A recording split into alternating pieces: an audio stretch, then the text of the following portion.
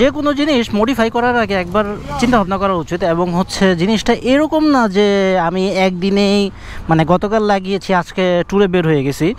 এটা রোজার মধ্যে পেছনে মাঠঘাটটা লাগাইছিলাম, 450 টাকা আমার কাছে দাম নিছিল, বংশাল থেকে লাগাইছিলাম। ঘটনা হয়েছে ওই সময় আমি চেক করছি যে এটা চাকায় লাগায় কি না, কিন্তু ওই সময় এই চাকায় এটা লাগতো না। কিন্তু আজকে যখন ট্যুরে আসলাম হঠাৎ করে মনে হলো যে কিছু একটা বাজলো, ধ্রম করে আওয়াজ হইলো।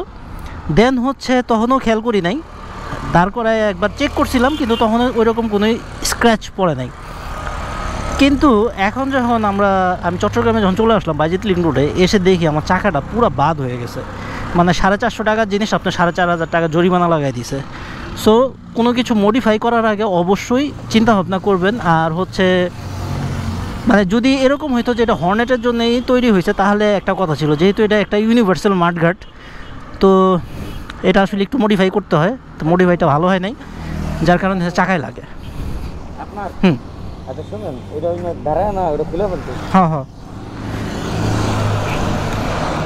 সো এখন আর কি সামনে একটা গ্যারেজে দাঁড় করে এটা খুলে ফেলতে হবে, খুলে ফেলাই দিয়ে যেতে হবে।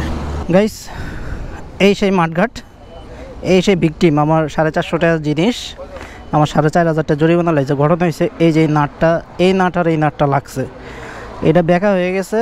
আর এটা হয়েছে মানে বেঁকা হয়ে ক্ষয় হয়ে আমার টায়ারটা নষ্ট করে দিছে। যাই হোক, আপনারা যদি মডিফাই করে লাগান, আমি আর এটা লাগাবো না, কারণ আমি এটা লাগাবোই না। আপনারা কেউ যদি লাগান তাহলে এই নাটটিংটা আপনারা অবশ্যই ছোট সাইজ, এই সাইজ না, এর থেকে একটা ছোট সাইজ আছে, এটা লাগাবেন। তা না হয় আমার মতো আপনারও চাকা নষ্ট হয়ে যাবে। আমি তো খেয়াল করছি, অনেকে খেয়াল না করলে পরে শেষ। সো সবাই সাবধানে রাইড করবেন, ভালো থাকবেন। আমি এটা দিয়ে দিলাম, কারণ এটা আমার আমি আর এটা ক্যারি করবো না, এটা লাগাবোই না। এই যে ভিডিও করলাম।